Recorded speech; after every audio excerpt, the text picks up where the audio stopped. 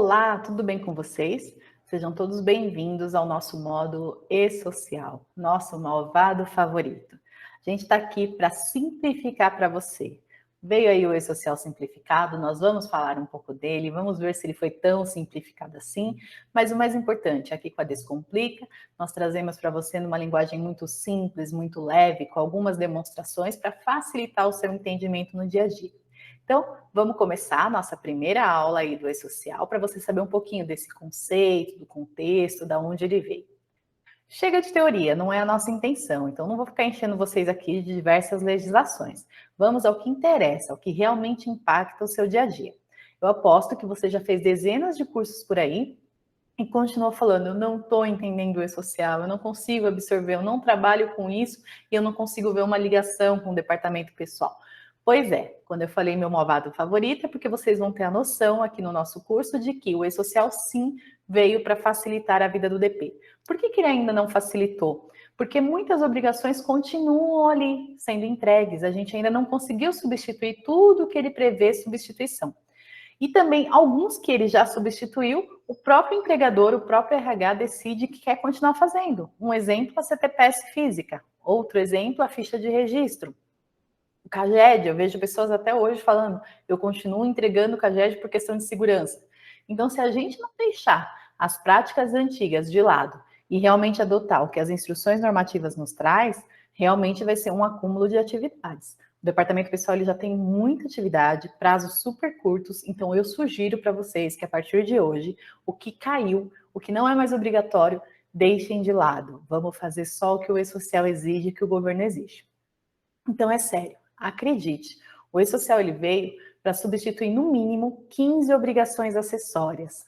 15 obrigações em uma. Imagina o sonho, é o que eu falo. Daqui a pouco o RH vai poder tirar férias em dezembro, em janeiro. Imagina você podendo pegar aí 30 dias de férias seguido. É possível. Quando o E-Social estiver totalmente em vigor, todos estiverem adequados, totalmente parametrizados, todas as conferências em dia, isso vai ser uma realidade do DP. Escreve o que eu estou falando. Quais são essas obrigações? Pelo menos, né? Aqui tem algumas delas. A GFIP, então a previsão aí é que venha uma plataforma de FGTS digital a partir de janeiro de 2022, ainda é uma previsão, ela está em fase de testes. O CAGED, então como eu falei, através desta portaria aqui lá em 2019, ele foi extinto para o grupo 1, para o grupo 2 e para o grupo 3. Então, essas empresas não precisam mais entregar CAGED. Como que eu faço a declaração? Através do envio da admissão para o social, através do envio da rescisão para o social, através de um envio de uma transferência para o E-Social. Então, é isso que substituiu toda a movimentação. Se você é um daqueles que continua enviando por questões de segurança, porque o CAGED é facinho, eu quero enviar, ele não está servindo de nada. É só uma atividade a mais. Eu vejo muitas pessoas também falando, eu transmito CAGED porque o meu cliente exige o protocolo, porque a operadora do plano de saúde exige o protocolo.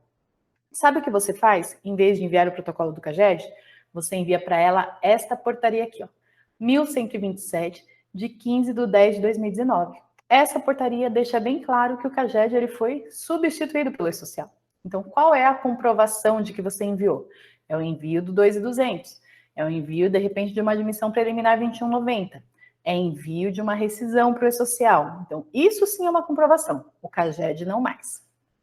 A RAIS, ela também foi substituída pelo E-Social para o grupo 1 e para o grupo 2. A gente já vai falar de grupos daqui a pouco para vocês entenderem melhor, tá? Então, as empresas do grupo 1 e grupo 2 já não entregam mais a RAIS e ela passa a ser substituída pelo envio da folha de pagamento no E-Social. Até o ano passado, algumas pessoas ainda conseguiam fazer também a transmissão da RAIS. Esse ano eles cortaram. Então, quando você tentava transmitir uma RAIS, ele falava, opa, você não deve transmitir porque a sua empresa está no E-Social. Então, é mais um ponto aí para a gente se dedicar realmente à parametrização, às análises, às correções de erros dentro do ambiente do E-Social, para que realmente a gente consiga fazer todas essas substituições em tempo real e garanta que tudo que eu estou transmitindo hoje para o ambiente já está correto. Eu tenho uma outra substituição, esta é opcional. Então, para a empresa passar a adotar o livro de registro de empregados eletrônico, ela tem que, através de uma rubrica, de um evento, o S1000, que a gente chama, informar ao E-Social que ela aderiu ao livro de registro eletrônico. Eu vou mostrar isso para vocês lá no ambiente, para ficar bem claro onde que é essa informação. Caso a sua empresa tenha optado, você não precisa mais ter aquela ficha de registro. As antigas, eu acredito que ninguém mais tem, né? Que era até datilografada. Mas os próprios sistemas de folha emitem uma ficha de registro no modelo padrão. Então, se você optou pelo livro de registro eletrônico, você não precisa mais ter esse documento, não precisa mais escolher a assinatura do seu empregado, não precisa mais nada disso. Ela está diretamente ligada no ambiente do E-Social. Outra coisa que será substituída aí pela frente é a CAT. Então, tinha uma previsão da CAT para o Grupo 1 ser substituída agora no meio do ano. Ela foi prorrogada para outubro. Então, por enquanto, a CAT permanece. A gente ainda faz via CAT online. A partir de outubro, para o Grupo 1, ela vai ser substituída. Então, vai ser através da transmissão ao E-Social. E para o Grupo 2 e 3, a partir de janeiro de 2022. A comunicação de dispensa, a CTPS. Essa daqui eu vejo dois probleminhas. Um dos profissionais que ainda não mudaram sua cultura e faz a questão de ter a CTPS física e começa a falar no RH, eu quero minha CTPS, eu quero que você anote. Ele ainda não tem aquele ensinamento de como usar a CTPS digital. A gente vai falar um pouquinho sobre isso aqui, tá? E outra, a questão de algumas empresas que ficam em localidades bem distantes e que realmente ali o processo ainda não está tão atualizado. Tive uma aluna que participou do nosso curso que falou, Mônica, a minha realidade aqui é bem diferente. Para a pessoa ir até a agência da Caixa, ela tem que pegar barco, ela tem que andar quilômetros de distância e chega lá e o atendente nem sabe o que é CTPS digital. Então, realmente, a gente ainda tem realidades distintas, mas a lei é para todos. Então, essa legislação que veio, ela veio para falar que a CTPS física foi substituída pela CTPS digital.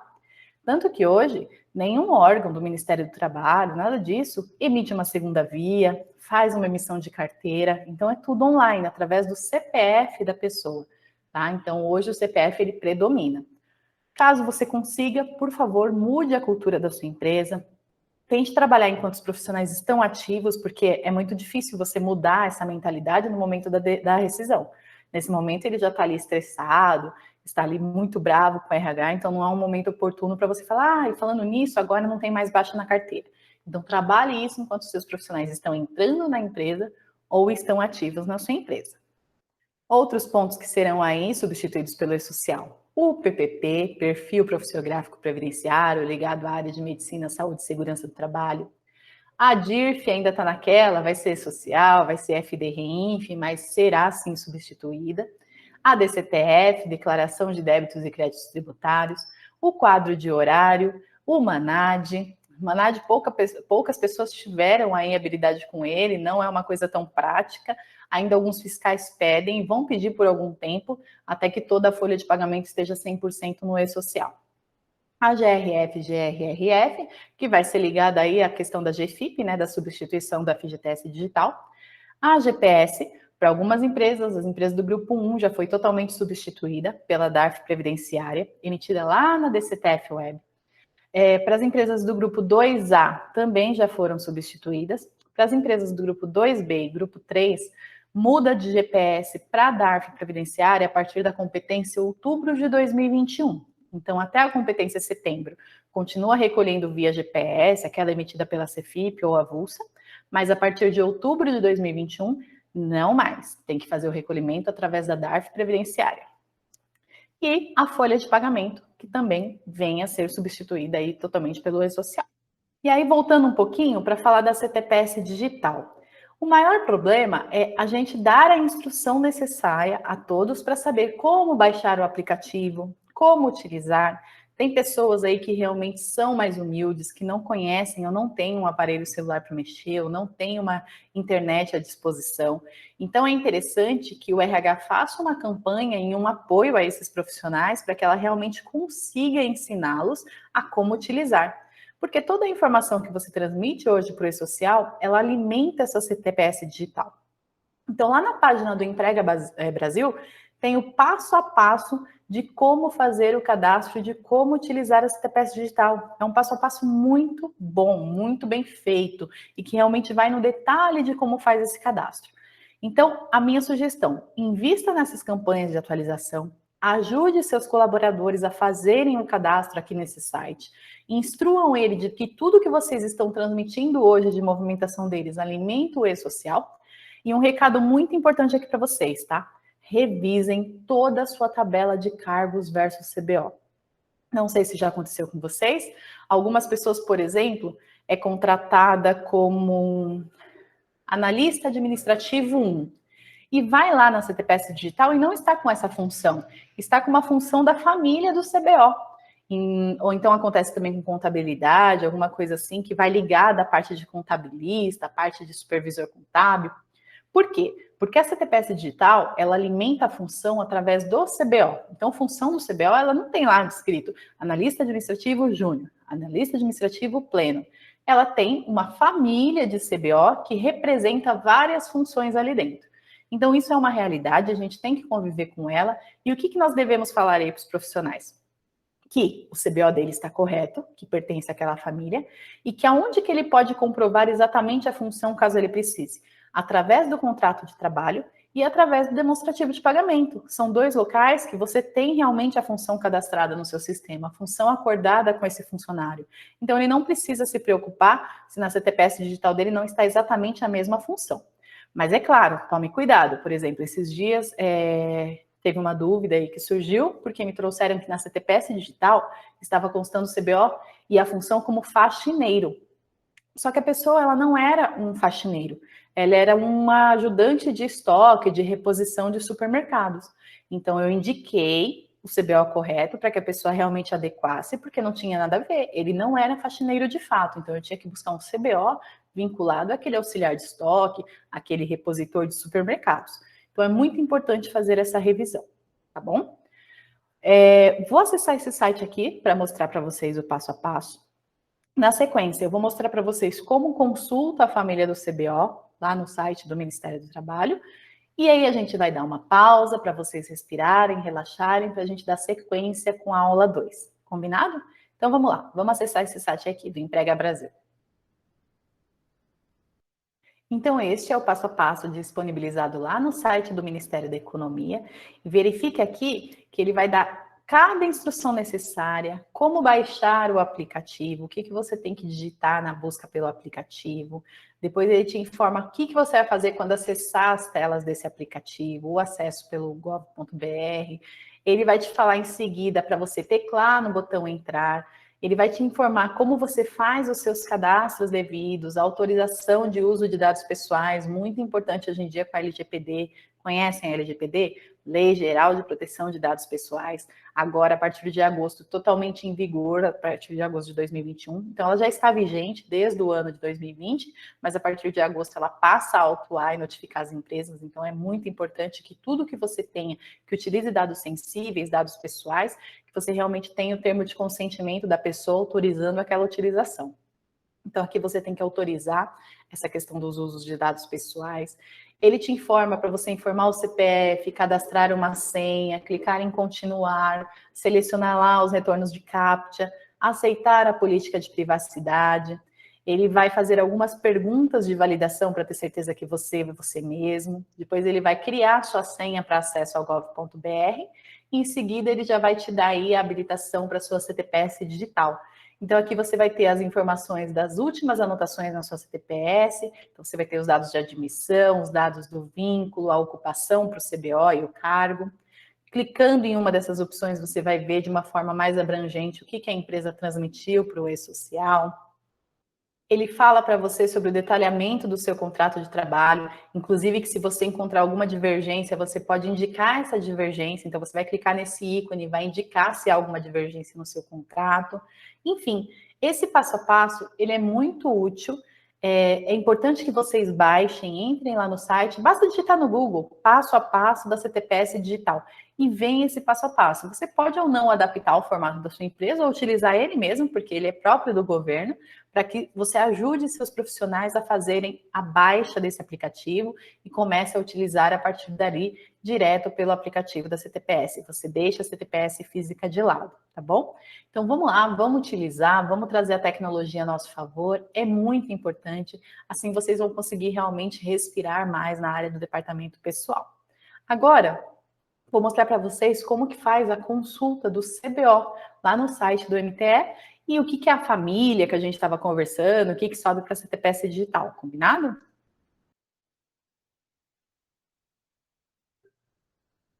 Então, como que você faz para consultar o CBO? Digitando também lá no Google Consulta CBO, você vai clicar aqui nesse site do MTE, tá? CBO. Aqui dentro você tem algumas opções. Então a gente pode buscar esse CBO através realmente ali do nome ou do número do CBO, se você souber. Então é normal que a gente encontre isso através da palavra-chave, tá? Então vamos digitar aqui, ó, auxiliar de escritório. Vamos consultar. Ele trouxe aqui uma opção de função de auxiliar de escritório. Quando eu clico nessa função aqui de auxiliar de escritório, ele me traz toda a categorização, tudo que se enquadra junto com o auxiliar, porque na verdade ele não é uma função auxiliar de escritório próprio. Ele até tem, ó, o CBO 411005, ele tem como categoria auxiliar de escritório, mas você pode encaixar um auxiliar administrativo, um auxiliar de compras, um escriturário, qualquer desses cargos aqui, eles fazem parte, na CTPS digital deles vai aparecer o quê? Auxiliar de escritório. Vou aumentar o zoom aqui um pouquinho, para ficar mais nítido para vocês. Então, quando eu falo para vocês que ele vai puxar um CBO da família, é por isso. Vamos supor, você contratou um assistente de compras. Não vai aparecer assistente de compras na CTPS digital dele, vai aparecer assistente administrativo, porque dentro desse CBO 411010, eu encaixo a parte do assistente de compras, do assistente de escritório, do assistente técnico de serviço público e assim por diante. Então, aqui, por exemplo, ó, auxiliar de estatística. Eu posso ter alguém contratado como controlador de estatística que ele vai entrar como auxiliar de estatística. Nossa, mas eu não sou auxiliar, eu sou controlador. Está aqui dentro, faz parte da família, ou qualquer outra coisa ligada à estatística estaria aqui dentro. Vamos buscar recursos humanos. Vamos ver o que vem aqui. Então, eu tenho aqui, ó, administrador de recursos humanos, analista de recursos humanos, diretor de recursos humanos. Cada um tem o seu CBO específico, tá? Gerente de recursos humanos. Eu tenho supervisor de recursos humanos? Eu não tenho. Então, eu vou ter que encaixar o supervisor em alguma dessas funções. Quando você clica nela, você vai saber o que que essa função faz, e se encaixa direitinho. Ó. Tem a característica de trabalho aqui do lado. Então, ele vai falar, trabalha em qualquer ramo em atividade econômica, serviços, comércio. Então, você vai encaixando realmente a sua função em uma próxima do que você espera, mas nem sempre você vai encontrar exatamente a função que você quer. E lá na CTPS Digital vai ser exatamente assim. Vai ser esse nominho que vai mandar aqui, esse número, na verdade. Se foi o CBO 252105, vai como administrador. Ponto. Ele pode ser administrador de marketing, administrador de orçamento, administrador de patrimônio, administrador de pequena e média empresa, gestor público, analista administrativo, ó, veja, o analista administrativo entra como administrador. Então, cabe você comprovar ao seu funcionário que o CBO dele está correto e que a funçãozinha dele está aqui dentro, está encaixada e está valendo. Ó, administrador de recursos tecnológicos, financeiro, administrador de recursos humanos, está tudo aqui dentro desse CBO. Perfeito? Dando continuidade aqui para a gente finalizar a primeira aula, com essa mudança, com essas alterações de legislação, com a substituição de algumas obrigações, vieram algumas alterações na lei.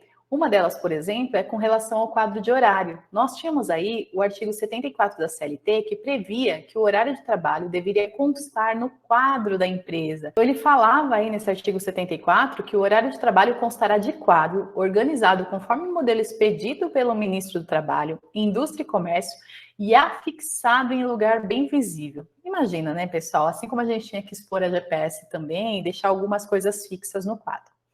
Então, o legislador, ele optou por retirar a necessidade desse quadro discriminativo, exposto em quadro de avisos, e ele deixou mais simplificado esse artigo 74. Ele diz o seguinte, o horário de trabalho será anotado em registro de empregados. Ponto.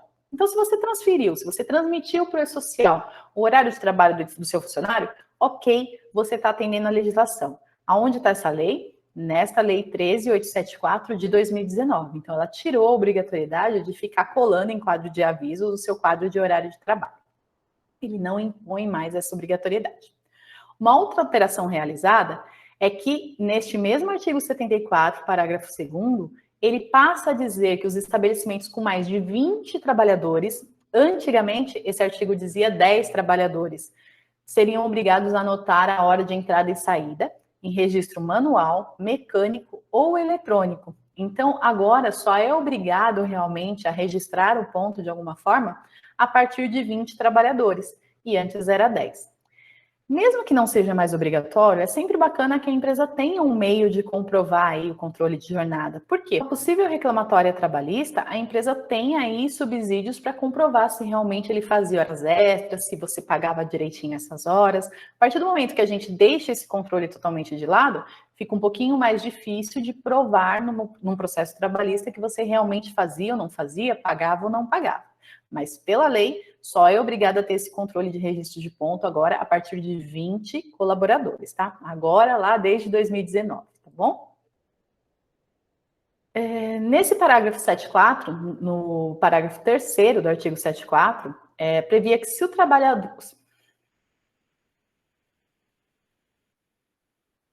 Ainda no artigo 7.4, no parágrafo 3º, a CLT previa que se o trabalho fosse executado fora do estabelecimento, o horário dos empregados constaria explicitamente de ficha, papeleta que estivesse em seu poder.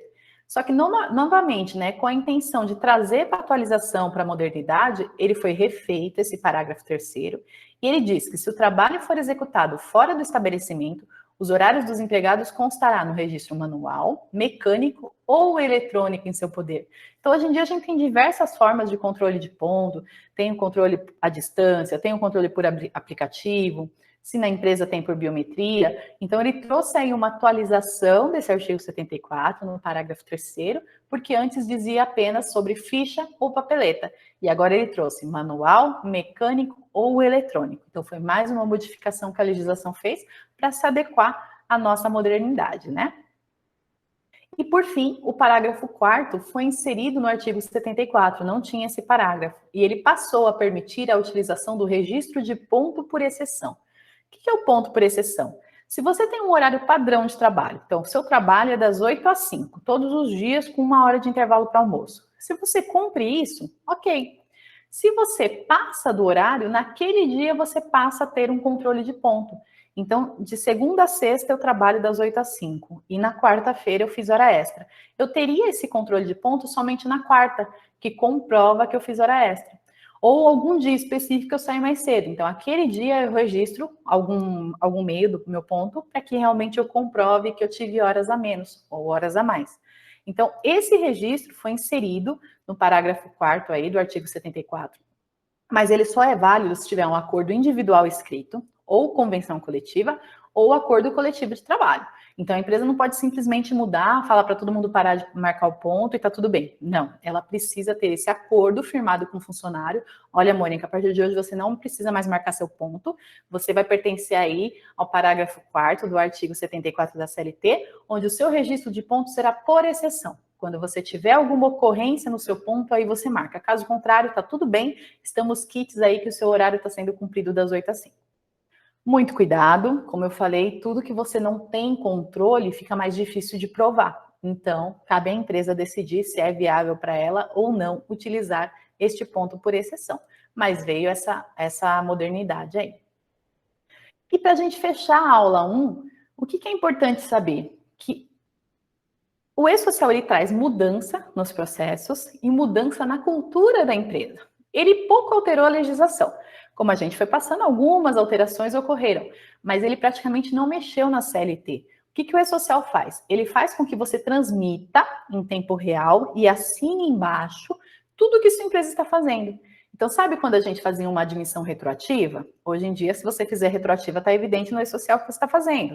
Se você mantém um funcionário sem registro e depois quer registrar de uma forma também retroativa, está evidente que você tinha alguém irregular na sua empresa.